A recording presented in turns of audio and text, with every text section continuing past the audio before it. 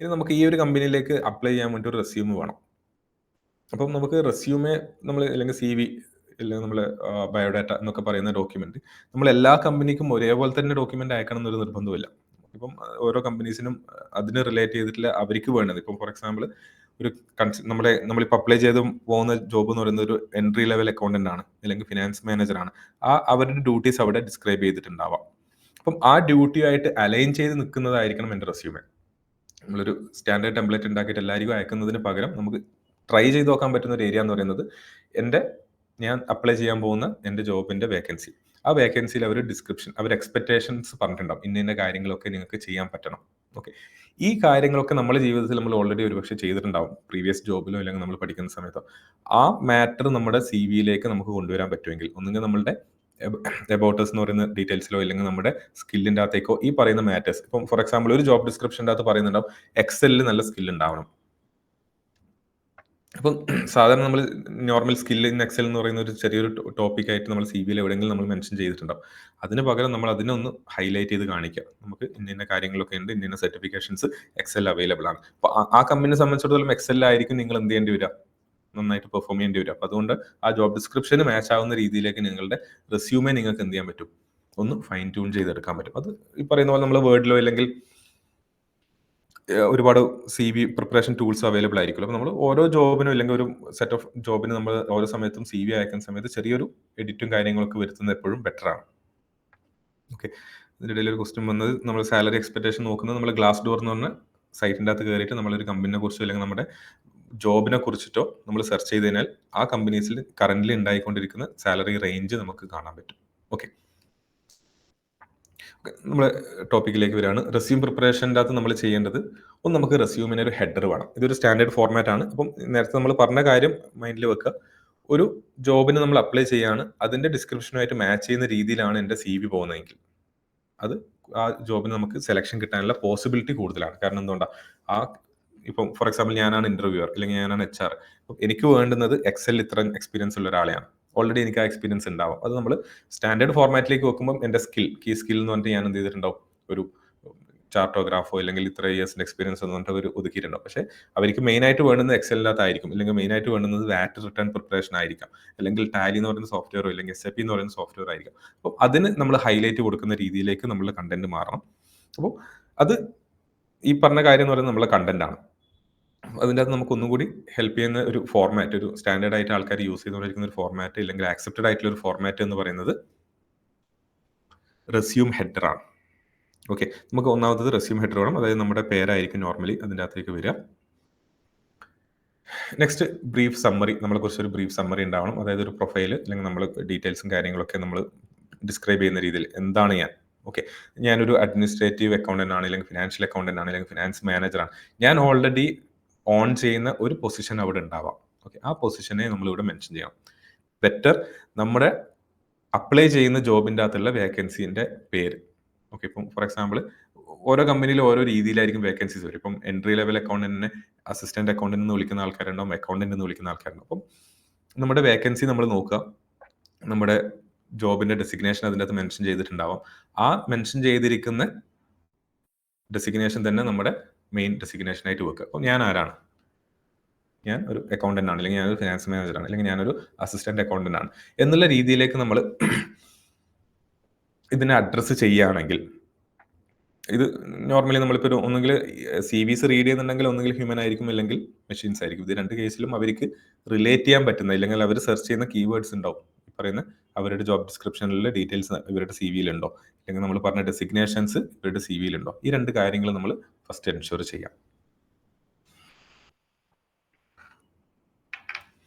Okay, next നമ്മൾ font ഇല്ലെങ്കിൽ അതിൻ്റെ സൈസ് അല്ലെങ്കിൽ ഡിസൈൻസ് ഒക്കെ ചൂസ് ചെയ്യുന്നത് വളരെ സിമ്പിൾ ആയിട്ടുള്ള, ഏറ്റവും ഈസിലി റീഡബിൾ ആയിട്ടുള്ള ഫോമാറ്റ്സ് യൂസ് ചെയ്യാം. ഒരുപാട് ആർട്ടിസ്റ്റിക് ആയിട്ടൊന്നും നമ്മൾ ചെയ്യേണ്ട ആവശ്യമില്ല. നമുക്കൊരു വളരെ സിമ്പിളായിട്ട് പെട്ടെന്ന് ഒരാൾക്കാർക്ക് നോക്കിയാൽ മനസ്സിലാവുന്ന രീതിയിൽ നമുക്ക് അതിൻ്റെ ഒരു ഇത് ചെയ്താൽ മതിയാവും. ഇതിനെ കോംപ്ലിക്കേറ്റഡ് ആക്കിയാൽ ഒരു സംഭവം, നമ്മളൊരു ഡീറ്റെയിൽസ് നമുക്ക് കിട്ടണമെങ്കിൽ നമ്മൾ ഒരുപാട് തവണ സെർച്ച് ചെയ്യേണ്ട ഒരു സിറ്റുവേഷൻ വന്നു കഴിഞ്ഞാൽ ആൾക്കാർ CV പിന്നെ വായിക്കാൻ നിൽക്കണമെന്നില്ല. ഓക്കെ, അപ്പം അതിന് വളരെ സിമ്പിൾ ആയിട്ടുള്ള ഫോണ്ട് എടുക്കുക, വളരെ സിമ്പിൾ ആയിട്ടുള്ള പെട്ടെന്ന് ക്യാച്ച് ചെയ്യാൻ പറ്റുന്നത്. നമ്മളിപ്പം സ്ക്രീനിൽ ഷെയർ ചെയ്തിരിക്കുന്ന CV-യുടെ ഫോർമാറ്റിൻ്റെ അകത്ത് കോൺടാക്ട് ഡീറ്റെയിൽസ് അവൈലബിൾ ആണ്, എഡ്യൂക്കേഷൻ അവൈലബിൾ ആണ്. അപ്പോൾ ഈ പറയുന്ന ഓരോ ഹെഡിങ്ങിനെ ഒന്ന് ബോൾഡ് ആക്കിയിട്ടുണ്ട്, അണ്ടർലൈൻ ചെയ്തിട്ടുണ്ട്. അപ്പം ഈ സി പെട്ടെന്ന് നോക്കുകയാണെങ്കിൽ എൻ്റെ എക്സ്പീരിയൻസസ് കാണണമെങ്കിൽ ഈ ഒരു സെഗ്മെന്റിലേക്ക് നമ്മൾ നോക്കിയാൽ മതി. അഡ്മിനിസ്ട്രേറ്റീവ് അസിസ്റ്റന്റ് അല്ലെങ്കിൽ എൻ്റെ സ്കില്ലാണ് അറിയേണ്ടതെങ്കിൽ പെർട്ടിക്കുലർ ഏരിയ ഉണ്ട് അവിടെ. ഓക്കെ, അപ്പം എൻ്റെ കോൺടാക്ട് ഡീറ്റെയിൽസ് ആണ് കിട്ടുന്നതെങ്കിൽ നമ്മൾ ഇവിടെ. അപ്പോൾ നമ്മൾ ഒരു സി വിൻ്റെ അകത്തേക്ക് വേണ്ടുന്ന ഡീറ്റെയിൽസ് നമ്മൾ സബ്മിറ്റ് ചെയ്യുന്ന സമയത്ത്, പ്രിപ്പയർ ചെയ്യുന്ന സമയത്ത് വളരെ ആക്സെപ്റ്റഡ് ആയിട്ടുള്ള, നമ്മളിപ്പം നോർമലി അവൈലബിൾ ആയിട്ടുള്ള ഇപ്പം ഗാരമോൺ എന്നൊക്കെ പറയുന്ന ഫോണ്ടാണ് കോമൺലി പ്രൊഫഷണൽ വേൾഡ് യൂസ് ചെയ്യുന്നത്, അല്ലെങ്കിൽ ടൈംസ് ന്യൂ റോമൻ ആവാം. അപ്പം ഇല്ലെങ്കിൽ നമ്മൾ നോർമലി വേർഡിൻ്റെ അകത്തുള്ള കാലിബ്രിയോ, അങ്ങനെ ഓരോ ഫോണ്ട് ഉണ്ടാവും. അപ്പോൾ പ്രൊഫഷണലി നമ്മൾ യൂസ് ചെയ്തുകൊണ്ടിരിക്കുന്ന ഫോണ്ടുകൾ മാക്സിമം യൂസ് ചെയ്യാൻ നോക്കുക. പിന്നെ നമ്മുടെ വർക്ക് എക്സ്പീരിയൻസ് മെൻഷൻ ചെയ്യുന്ന സമയത്ത് റിവേഴ്സ് ഓർഡറിലേക്ക് ഏറ്റവും ലേറ്റസ്റ്റ് വർക്ക് ഏറ്റവും ഫസ്റ്റ് വരുന്ന രീതിയിൽ നമ്മൾ മെൻഷൻ ചെയ്യുക. കാരണം അതിൻ്റെ ബെനിഫിറ്റ് എന്ന് പറയുന്നത് നമ്മൾ ഫസ്റ്റ് വായിച്ച് നോക്കുന്ന സമയത്ത് ടോപ്പ് ടു ബോട്ടം ആണ് ആൾക്കാർ വായിച്ച് നോക്കുക. അപ്പം ഏറ്റവും ലേറ്റസ്റ്റ് ആയിട്ടുള്ള ഡീറ്റെയിൽസ് എനിക്ക് ഫസ്റ്റ് കിട്ടുകയാണെങ്കിൽ ഇറ്റ്സ് ബെറ്റർ. ഓക്കെ, പിന്നെയുള്ളത് കണ്ടന്റുകൾ ഒരുപാട് കുത്തി തുറക്കാത്ത രീതിയിൽ നമുക്ക് ആവശ്യത്തിനുള്ള പോയിന്റുകൾ മാത്രം വെക്കുക. അപ്പം ഫോർ എക്സാമ്പിൾ, ഞാൻ ലാസ്റ്റ് വർക്ക് ചെയ്ത കമ്പനിയിൽ ഞാൻ ഒരുപാട് കാര്യങ്ങൾ ചെയ്തിട്ടുണ്ടാവും. അപ്പം ഈ പറയുന്ന എല്ലാ കാര്യങ്ങളും എനിക്ക് ഞാൻ ഫോർ എക്സാമ്പിൾ ഞാൻ 2-3 കമ്പനിയിൽ എനിക്ക് വർക്ക് എക്സ്പീരിയൻസ് ഉണ്ടെങ്കിൽ ആ കമ്പനിയിൽ ഞാൻ ബിൽ എൻട്രി ചെയ്തിട്ടുണ്ടാവും, GST ഫയലിംഗ് ചെയ്തിട്ടുണ്ടാവും, അല്ലെങ്കിൽ വാറ്റ് റിട്ടേൺ ഫയൽ ചെയ്തിട്ടുണ്ടാവും, റിപ്പോർട്ട് MIS റിപ്പോർട്ട് ചെയ്തിട്ടുണ്ടാവും, സെയിൽസ് റിപ്പോർട്ടിന്റെ അനാലിസിസ് ചെയ്തിട്ടുണ്ടാവും. ഇങ്ങനെ എല്ലാ കാര്യങ്ങളും എനിക്ക് ഡീറ്റെയിൽ ആയിട്ട് പ്രസന്റ് ചെയ്യാൻ പറ്റില്ല. അപ്പം ഞാൻ അതൊന്ന് ഞാൻ എന്ത് ചെയ്യാം, സമ്മറൈസ് ചെയ്ത് വെക്കാം. അതിൻ്റെ അകത്ത് ഏറ്റവും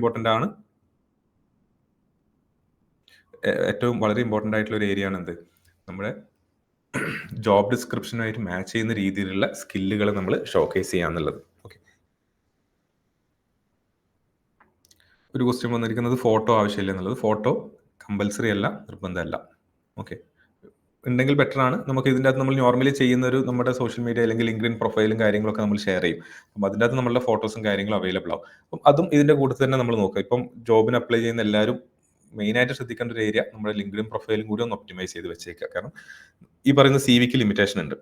ഈ CV എന്നുള്ളത് ഒരു പെർട്ടിക്കുലർ ലിമിറ്റേഷൻ്റെ മുകളിലേക്ക് നമുക്ക് ഇതിൻ്റെ അകത്ത് കണ്ടന്റ് നടക്കാൻ പറ്റില്ല. അപ്പോൾ ഒരു 4-5 പേജൊക്കെ ആയിപ്പോൾ നമ്മുടെ വർക്ക് എക്സ്പീരിയൻസും ഇല്ലെങ്കിൽ നമ്മുടെ പൊതുവെയുള്ള തോട്ട്സും കാര്യങ്ങളൊക്കെ ഇല്ലെങ്കിൽ നമ്മുടെ എക്സ്പെർട്ടൈസും ഒക്കെ നമുക്ക് ഷോ ഓഫ് ചെയ്യാൻ പറ്റുന്ന ഒരു ഏരിയ ഈ പറയുന്ന പ്രൊഫഷണൽ രീതിയിലുള്ള സോഷ്യൽ മീഡിയ പ്ലാറ്റ്ഫോം എന്ന് പറയുന്നത് ലിങ്ക്ഡിൻ ആണ്. അപ്പോൾ നമ്മുടെ ലിങ്ക്ഡിൻ പ്രൊഫൈലും കാര്യങ്ങളും വെക്കുന്നത് കൊണ്ട് നമ്മുടെ കുറിച്ച് കൂടുതൽ ഡീറ്റെയിൽസ് അറിയണമെന്നവർക്ക് ആഗ്രഹം ഉണ്ടെങ്കിൽ അവരെന്തായാലും ആ പ്രൊഫൈലിലേക്ക് കയറി നോക്കും. ഓക്കെ, ഇപ്പം നമ്മുടെ അക്കൗണ്ടന്റ് ആയതുകൊണ്ട് നമുക്ക് ലിങ്ക്ഡിൻ മതി. ഇനിയിപ്പം ഓരോ സോഷ്യൽ മീഡിയ പിന്നെ ഒരു ഡിസൈനറോ അങ്ങനെയൊക്കെ ആണെങ്കിൽ അവരുടേതായ സോഷ്യൽ മീഡിയ പ്ലാറ്റ്ഫോമിൻ്റെ അകത്തുള്ള കാര്യങ്ങൾ അവർ നോക്കും. നമുക്കിപ്പം ഒരു CV എന്നുള്ളത് മാക്സിമം ഒരു 1 പേജിലേക്ക് നമുക്ക് ലിമിറ്റ് ചെയ്യാൻ പറ്റുമെങ്കിൽ ഇറ്റ് ഈസ് ബെറ്റർ. അപ്പം നമ്മുടെ ഫോട്ടോസും അല്ലെങ്കിൽ ഒരുപാട് ഡീറ്റെയിൽസ് നമ്മൾ വെക്കുന്ന സമയത്ത് ഒരു പ്രശ്നം വരിക എന്താവും, നമ്മൾ പേജ് കൂടിപ്പോൾ. അപ്പം ആ ഒരു 1 പേജിലേക്ക് നമുക്ക് ലിമിറ്റ് ചെയ്യാൻ പറ്റുമെങ്കിൽ ബെറ്റർ ആണ്, നിർബന്ധമല്ല. പക്ഷേ അതേ സമയത്ത് നമ്മളിപ്പോൾ 1-2 പേജിലേക്കായാലും ഓക്കെ. പക്ഷേ നമ്മുടെ ലിങ്ക്ഡിൻ പേജിനെ നമ്മൾ ഒപ്റ്റിമൈസ് ചെയ്ത് വെക്കുകയാണെങ്കിൽ എൻ്റെ എല്ലാ പ്രൊഫഷണൽ എക്സ്പെർട്ടൈസും കാര്യങ്ങളൊക്കെ നമ്മൾ അതിൻ്റെ അകത്ത് മെൻഷൻ ചെയ്തുകൊണ്ട് തന്നെ വെക്കുകയാണെങ്കിൽ, ലിങ്ക്ഡിൻ്റെ അകത്ത് നമ്മൾ എന്ത് ചെയ്യണം, നമ്മളുടെ എബൌട്ട് അസോ അല്ലെങ്കിൽ നമ്മുടെ ടാഗ് ലൈനോ വെക്കുന്നിട്ട് നമ്മുടെ കപ്പാസിറ്റി, നമ്മൾ ആരാണോ, അക്കൗണ്ടന്റ് ആണോ, ഫിനാൻസ് മാനേജർ ആണോ, എന്താണെന്നുള്ളതും കൂടി നമ്മൾ അതിൻ്റെ അകത്തേക്ക് മെൻഷൻ ചെയ്ത് വെക്കുന്നത് ബെറ്റർ ആണ്. അപ്പം ഇപ്പം ഒരുവിധം പുറത്തുള്ള കമ്പനീസ് ആയാലും നമ്മുടെ നാട്ടിലുള്ള കുറച്ച് സ്റ്റാൻഡർഡൈസ് ചെയ്തിട്ടുള്ള ആൾക്കാർ നോക്കുന്നുണ്ടെങ്കിലും ഒരു CV കിട്ടിക്കഴിഞ്ഞാൽ ഓട്ടോമാറ്റിക്കലി അവർ നമ്മുടെ സോഷ്യൽ മീഡിയ പ്ലാറ്റ്ഫോംസ് ഒക്കെ ഒന്ന് സെർച്ച് ചെയ്ത് നോക്കും. അതും നമ്മളെക്കുറിച്ച് അവർക്ക് വ്യക്തിപരമായിട്ടൊന്നും അറിയില്ല, കാരണം ഒരു CV ജസ്റ്റ് വന്നിട്ടേ ഉള്ളൂ. അപ്പം അവർ ഏതൊക്കെ രീതിയിലാണ് നമ്മൾ പെരുമാറുന്നത് എന്നുള്ളതും ആ ഒരു ബിഹേവിയറൽ ആസ്പെക്ട് അവർക്കും ഇമ്പോർട്ടൻ്റ് ആണ്. കാരണം നമ്മൾ കമ്പനിയുടെ ഉള്ളിലേക്ക് പോയിട്ട് ഇഷ്യൂസ് ഇല്ലാതിരിക്കാൻ പറ്റും. അപ്പോൾ നമ്മുടെ ലിങ്ക്ഡിൻ പ്രൊഫൈൽ പ്രൊഫഷണലി നന്നായിട്ട് മാനേജ് ചെയ്യുക, ബാക്കിയുള്ള സോഷ്യൽ മീഡിയ പ്ലാറ്റ്ഫോംസ് ഡീസൻ്റ് ആയിട്ട് നമ്മൾ മെയിൻറ്റെയിൻ ചെയ്യുക എന്നുള്ളതാണ്.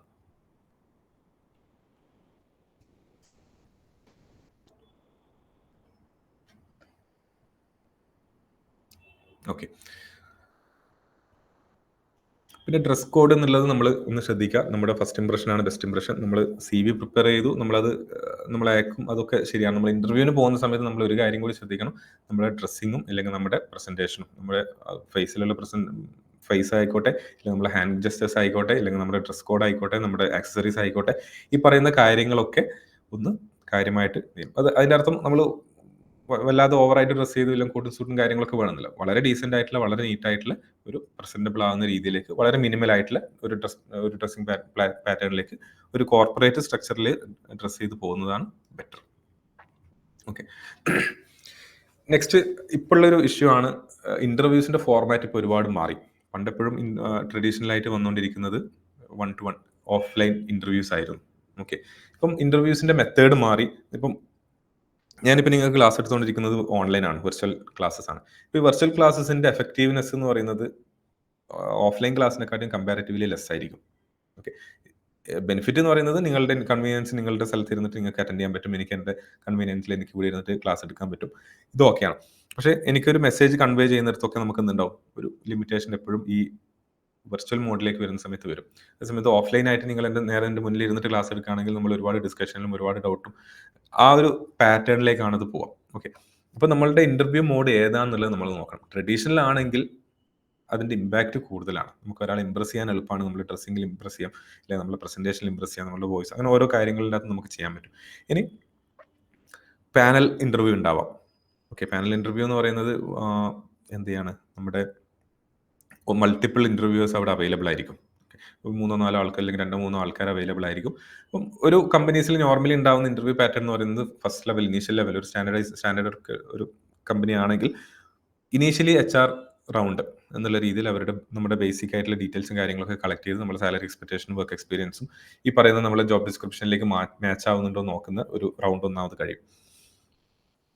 രണ്ടാമത്തെ റൗണ്ട് നമ്മുടെ ടെക്നിക്കൽ സ്കില്ലുണ്ടോ അല്ലെങ്കിൽ ടെക്നിക്കൽ നോളജ് ഉണ്ടോ, നമുക്ക് അക്കൗണ്ട്സ് അറിയോ അല്ലെങ്കിൽ ഫിനാൻസ് അറിയോ എന്നുള്ള രീതിയിലുള്ള ഒരു റൗണ്ട് ആയിരിക്കും. മൂന്നാമത്തെ റൗണ്ട് ആയിരിക്കും നമ്മുടെ ഒരു ഫൈനൽ റൗണ്ട്, ഇല്ലെങ്കിൽ അതിന്റെ മാനേജ്മെന്റ് ഡിസിഷൻ എടുക്കും.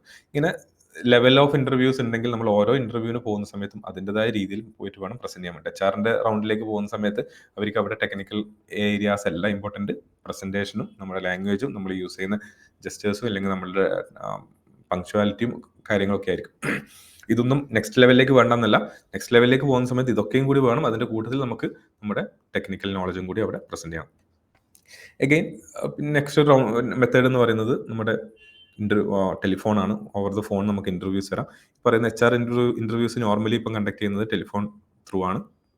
അവിടെ നമ്മൾ സൗണ്ട് അല്ലെങ്കിൽ അവിടെ നമ്മൾ മനസ്സിലാക്കേണ്ടത്, നമ്മൾ ഇൻ പേഴ്സൺ ഒരാൾ വന്ന് നിൽക്കുകയാണെങ്കിൽ എൻ്റെ ബോഡി ലാംഗ്വേജും എൻ്റെ സൗണ്ടും എൻ്റെ പ്രസന്റേഷനും ഒക്കെ അവിടെ മാറ്ററാണ്. അതേസമയത്ത് വെർച്വൽ ആണെങ്കിൽ നിങ്ങൾക്ക് സ്ക്രീനിൽ കാണാൻ പറ്റുന്ന രീതിയിലുള്ള പ്രസന്റേഷൻ മാത്രമാണ് നിങ്ങൾക്ക് എന്നെ കുറിച്ച് ഇവാലുവേറ്റ് ചെയ്യാൻ പറ്റുള്ളൂ. അതല്ലെങ്കിൽ എൻ്റെ സൗണ്ടും കൂടി നിങ്ങൾക്ക് അവിടെ കിട്ടും.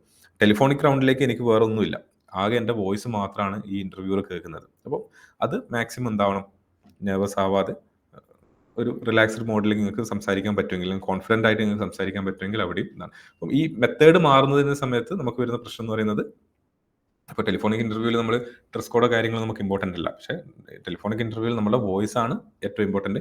പറയുന്ന വോയിസ് എല്ലാ റൗണ്ടിലും നമുക്ക് ഇമ്പോർട്ടൻ്റ് ആണ്. പക്ഷേ ടെലിഫോണിക് റൗണ്ടിൽ നമുക്ക് ആകെ മനസ്സിലാക്കാൻ പറ്റുക നിങ്ങളുടെ വോയിസ് വെച്ചിട്ടാണ്, ഇങ്ങനെ നിങ്ങൾ കോൺഫിഡൻ്റ് ആണോ അല്ലയോ എന്നുള്ളത്.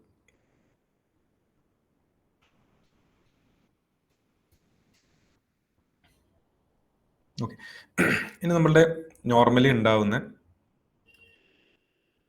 ഇന്റർവ്യൂസിന് ചോദിക്കുന്ന ചില questions, tell me about your സെൽഫോ അല്ലെങ്കിൽ why should we hire you, അങ്ങനത്തെ ചില ക്വസ്റ്റ്യൻസ് ഉണ്ടാവാറുണ്ട്. ഓക്കെ, അത് ജസ്റ്റ് ഒന്ന് സമ്മറി ആയിട്ട് നമുക്ക് പോവാം. നമ്മൾ tell me about your self എന്ന്, അല്ലെങ്കിൽ please give A brief description about your self എന്ന് പറയുന്ന സമയത്ത് നമ്മൾ നോർമലി ഒരുപാട് ഡീറ്റെയിൽസ് പറയുന്നതിന് പകരം ഞാനിപ്പോൾ ഒരാളോട് ചോദിക്കുന്ന സമയത്ത് എൻ്റെ ഇൻറ്റൻഷൻ എന്ന് പറയുന്നത് അയാളുടെ വർക്ക് എക്സ്പീരിയൻസും അയാളുടെ ഇതുവരെയുള്ള സ്കില്ലിൻ്റെ ഒരു സമ്മറിയാണ്. ഓക്കെ, ഒരുപാട് പേഴ്സണൽ ഡീറ്റെയിൽസിലേക്ക് പോകുന്നതിന് പകരം പേഴ്സണൽ ഡീറ്റെയിൽസ് ഒരു 1-2 ലൈനിൽ മാക്സിമം നമ്മളവിടെ സ്റ്റോപ്പ് ചെയ്യാം, അതിൻ്റെ കൂടുതൽ ഉണ്ടാവരുത്.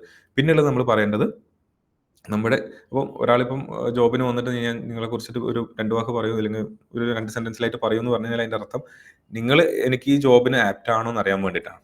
ഓക്കെ, അപ്പം നിങ്ങളുടെ സ്കില്ല് അല്ലെങ്കിൽ നിങ്ങളുടെ പ്രൊഫഷണൽ നോളജ് അല്ലെങ്കിൽ പ്രൊഫഷണൽ എക്സ്പീരിയൻസിനെ കുറിച്ച് നിങ്ങൾ സമ്മറൈസ് ചെയ്ത് പറയാം. ഈ പറയുന്ന പോയിന്റിലും എപ്പോഴും ശ്രദ്ധിക്കുക, അവരുടെ ഡിസ്ക്രിപ്ഷനും അവരുടെ റിക്വയർമെന്റും നിങ്ങളുടെ മൈൻഡിൽ ഉണ്ടെങ്കിൽ അതിന് കണക്കായി നമുക്ക് ആൻസർ പറയാൻ പറ്റും.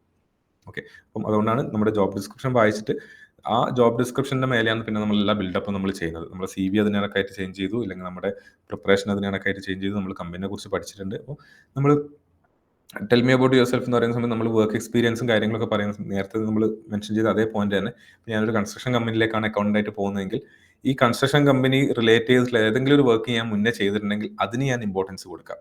ഓക്കെ, അപ്പം ഇന്റർവ്യൂവർക്ക് കോൺഫിഡൻസ് വരണം നമ്മളിൽ, ഇയാളെ എടുത്താൽ നമുക്ക് ഓക്കെ ആണെന്നുള്ളത്. Next, why should we hire you, എന്തുകൊണ്ട് നിങ്ങളെ ഞാൻ ഹയർ ചെയ്യണം. അപ്പം നമ്മൾ ആ ഒരു ഈ ജോബിലേക്ക് എനിക്ക് എത്രത്തോളം ഇൻപുട്ട് ചെയ്യാൻ പറ്റും, അല്ലെങ്കിൽ എൻ്റെ സ്കില്ല് നിങ്ങളുടെ കമ്പനിക്ക് എത്രത്തോളം യൂസ്ഫുൾ ആണെന്നുള്ള ഇതൊക്കെ ആ ഒരു അസസ്മെന്റിന് വേണ്ടിയിട്ടായിരിക്കും അങ്ങനെ ഒരു ക്വസ്റ്റ്യൻ. അപ്പം വീക്ക്നെസ് ചോദിക്കുന്നുണ്ടാവാം, സ്ട്രെങ്ത് ചോദിക്കുന്നുണ്ടാവാം. Why do you want work നമ്മളൊരു കമ്പനിയിൽ ഈ കമ്പനി എന്തുകൊണ്ട് നിങ്ങൾ ചൂസ് ചെയ്തു എന്നുള്ളൊരു ക്വസ്റ്റ്യൻ വരാം. ഓക്കെ, അപ്പം അവിടെ നമ്മൾ നോർമലി നമ്മൾ കമ്പനിയെ കുറിച്ചുള്ള ബാക്ക്ഗ്രൗണ്ട് റിസർച്ച് നമ്മൾ ഓൾറെഡി കമ്പനിയെ കുറിച്ച് നമ്മൾ ചെയ്തിട്ടുണ്ടാവണം. അപ്പോൾ ആ ഒരു റിസർച്ചിൻ്റെ ബേസിൽ നമുക്ക് പറയാം ഈ കമ്പനി എൻ്റെ ഒരു കരിയർ ഗ്രോത്തിന് ബെറ്റർ ആണ്. ഓക്കെ, പിന്നെ ഉള്ളത് നമ്മൾ എപ്പോഴും പ്രിപ്പയർ ചെയ്തിരിക്കേണ്ട കുറച്ച് ക്വസ്റ്റ്യൻസ് ആണ് ഈ പറഞ്ഞത്. ഓക്കെ, ഇപ്പം നെക്സ്റ്റ് ഗ്രേറ്റസ്റ്റ് അക്കംപ്ലിഷ്മെന്റ് നമ്മൾ ഇതുവരെ ലൈഫിൽ നിങ്ങൾ നേടിയിട്ടുള്ള ഏറ്റവും ഗ്രേറ്റസ്റ്റ് അക്കംപ്ലിഷ്മെന്റ് എന്താണ്, അതല്ലെങ്കിൽ നിങ്ങൾ ലാസ്റ്റ് ജോബിൽ അല്ലെങ്കിൽ ലാസ്റ്റത്തെ ഏതെങ്കിലും നിങ്ങളുടെ വർക്ക് റിലേറ്റ് ചെയ്തിട്ട് നിങ്ങൾ സോൾവ് ചെയ്തിട്ടുള്ള മെയിൻ ആയിട്ടുള്ള ഒരു ഇഷ്യൂ എന്താണ്, ഇതുപോലുള്ള കുറച്ച് ഏരിയാസ് നമ്മൾ നോട്ട് ചെയ്ത് വെക്കണം. ഇനി ഞാൻ ഈ പറയുന്ന ആൻസർ ഇവരുടെ കമ്പനിയോ ഈ പറയുന്ന ജോബുമായിട്ട് ഒരു ബന്ധമില്ലാത്തതാണെങ്കിൽ, നിങ്ങൾ ലൈഫിൽ ഏറ്റവും ബെസ്റ്റ് അക്കംപ്ലിഷ്മെന്റ് എന്ന് പറയുന്നത് എനിക്ക് 1ാം റാങ്ക് ഇന്ന 10ാം ക്ലാസ്സിൽ കിട്ടിയെന്നോ അല്ലെങ്കിൽ +2 കിട്ടിയെന്നോ നമ്മൾ പറയുന്നതെങ്കിൽ അവിടെ കാര്യമില്ല. എന്തുകൊണ്ടാണ്? ഇന്റർവ്യൂവർ നിങ്ങളുമായിട്ട് ഇന്ററാക്ട് ചെയ്യുന്നത് 5 to 10 minutes ആണ്. അവർക്ക് അറിയേണ്ടത് നിങ്ങൾ ഈ ജോബിന് ആപ്റ്റ് ആണോ എന്നുള്ളതാണ്. അപ്പം നമ്മുടെ ഉത്തരവാദിത്തം കാൻഡിഡേറ്റ് എന്നുള്ള രീതിയിൽ നമ്മൾ പ്രൂവ് ചെയ്യേണ്ടത് എന്താ? I am fit for this position. ഞാൻ ഈ ജോബിന് അല്ലെങ്കിൽ ആ പൊസിഷന് ഞാൻ ഫിറ്റ് ആണ്. അത് നമുക്ക് എങ്ങനെ പറഞ്ഞു കൊടുക്കാൻ പറ്റുള്ളൂ? അവരുടെ ജോബ് ഡിസ്ക്രിപ്ഷന്റെ ഉള്ളിൽ നിന്നുകൊണ്ട്, അല്ലെങ്കിൽ അവർ ഉദ്ദേശിക്കുന്ന ആ ഡെസിഗ്നേഷൻ്റെ അകത്ത് എന്നെ എത്രത്തോളം എനിക്ക് പ്ലേസ് ചെയ്യാൻ പറ്റുന്നുള്ളത്. ഇപ്പം ഈ പറഞ്ഞ പോലെ ഗ്രേറ്റസ്റ്റ് അക്കംപ്ലിഷ്മെന്റ് എന്താണെന്ന് വെച്ച് കഴിഞ്ഞാൽ, നമ്മൾ മറ്റു ഡീറ്റെയിൽസ് പറയുന്നതിന് പകരം ഇവർക്ക് കണക്ട് ചെയ്യാൻ പറ്റുന്ന ഏതെങ്കിലും ഒരു ഇമ്പാക്ട് ഇൻസിഡന്റ് നമ്മുടെ ലൈഫിൽ ഉണ്ടായിട്ടുണ്ടെങ്കിൽ അത് വെച്ചിട്ട് നമ്മൾ മെൻഷൻ ചെയ്തിട്ട് പ്രസന്റ് ചെയ്യുകയാണെങ്കിൽ കുറേയും കൂടി ബെറ്റർ ആയിരിക്കും. സെൽഫ് ഇൻട്രൊഡക്ഷൻ പറയുന്ന സമയത്ത് നമുക്കൊരു നോർമലി ഒരു ടെംപ്ലേറ്റ് അല്ലെങ്കിൽ നമുക്കൊരു നോർമലി യൂസ് ചെയ്യാൻ പറ്റുന്ന ഒരു ഏരിയ എന്ന് പറയുന്നത്, നമുക്ക് നമ്മുടെ ആരാണ്. ഓക്കെ, ഇവിടെ നമ്മൾ ശ്രദ്ധിക്കുക, നമ്മുടെ പേഴ്സണൽ സ്റ്റോറി അല്ല അവർക്ക് ആവശ്യമുള്ളത്. ഐ എം ആൻ അക്കൗണ്ടന്റ്, അല്ലെങ്കിൽ I M A finance manager, അല്ലെങ്കിൽ ഞാനൊരു ഫിനാൻസ് പ്രൊഫഷണലാണ്, അല്ലെങ്കിൽ ബിസിനസ് അനാലിസ്റ്റ് ആണ് എന്നുള്ള രീതിയിൽ എൻ്റെ ബാക്ക്ഗ്രൗണ്ടും എൻ്റെ പേരും, അല്ലെങ്കിൽ ഞാൻ എന്തിനാണ്, ഏത് ടൈപ്പ് ജോബാണ് ഞാൻ ചെയ്യാൻ ഉദ്ദേശിക്കുന്നത് എന്നുള്ള രീതിയിലേക്കാണ് നമ്മൾ ഇതിനെ വെക്കേണ്ടത്. ഓക്കെ, നെക്സ്റ്റ് ഞാൻ എന്തൊക്കെ ഇതിൻ്റെ അകത്ത് ചെയ്തിട്ടുണ്ട്, ഇപ്പം കറൻ്റ്ലി നമ്മൾ എന്തൊക്കെയാണ് ചെയ്തുകൊണ്ടിരിക്കുന്നത്, ഇനി എന്നെ നിങ്ങൾ ഇതിലേക്ക് ഹയർ ചെയ്യുകയാണെങ്കിൽ എന്തൊക്കെ നിങ്ങൾക്ക് ബെനിഫിറ്റ് കിട്ടും, എൻ്റെ കരിയറിൻ്റെ ഗോൾ എന്താണ്. ഓക്കെ, അപ്പോൾ ഇങ്ങനൊരു ഗ്രോയിങ് കമ്പനി, നിങ്ങളൊരു ഗ്രോയിങ് കമ്പനിയാണ്, അല്ലെങ്കിൽ നിങ്ങളൊരു സ്റ്റാർട്ടപ്പാണ് എന്താണ് നമ്മൾ ആ കമ്പനിയെ കുറിച്ച് പഠിക്കുന്ന സമയത്ത് മനസ്സിലാക്കിയത്. അങ്ങനെ ഒരു കമ്പനിയിൽ വർക്ക് ചെയ്യാനാണ് എനിക്ക് ഇൻട്രസ്റ്റ്. കാരണം ഇപ്പോൾ സ്റ്റാർട്ടപ്പ് ആണെങ്കിൽ എനിക്ക് ഒരുപാട് പുതിയ പുതിയ കാര്യങ്ങൾ പഠിക്കാൻ പറ്റും, കുറേ കാര്യങ്ങൾ സ്വന്തമായിട്ട് എനിക്ക് എക്സിക്യൂട്ട് ചെയ്യാൻ പറ്റും. അങ്ങനെ ഒരു ആൻസർ നമ്മൾ ബിൽഡ് ചെയ്ത് വെക്കുക. ഞാനത് ഓരോന്നായിട്ട് എക്സ്പ്ലെയിൻ ചെയ്യാത്തത് ഓരോ ഇൻസിഡൻറ്റും അല്ലെങ്കിൽ ഓരോ സിറ്റുവേഷനും ഡിഫറെൻ്റ് ആയതുകൊണ്ടാണ്.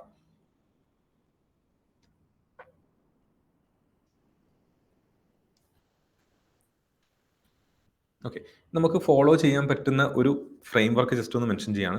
നമുക്ക് ബിഹേവിയറൽ ക്വസ്റ്റ്യൻസ് വന്നു. Tell me about a time when you faced a challenge at work. നമ്മളുടെ ബിഹേവിയർ അല്ലെങ്കിൽ നമ്മളുടെ ക്യാരക്ടർ മനസ്സിലാക്കാനുള്ള ചോദ്യങ്ങൾ നമ്മളോട് ചോദിക്കുകയാണെങ്കിൽ നമ്മളതിന് നോർമലി ബ്രേക്ക് ഡൗൺ ചെയ്യുന്ന മെത്തേഡ് സ്റ്റാർ എന്ന് പറയുന്ന മെത്തേഡാണ്. സിറ്റുവേഷൻ അണ്ടർസ്റ്റാൻഡ് ചെയ്യുക. നമ്മൾ ആദ്യം എന്ത് ചെയ്യണം? ഇവർക്ക് സിറ്റുവേഷൻ മനസ്സിലാക്കി കൊടുക്കണം. നമ്മൾ ഏത് സിറ്റുവേഷനെയാണ് നമ്മൾ ഹാൻഡിൽ ചെയ്യാൻ പോകുന്നത്. ഓക്കെ,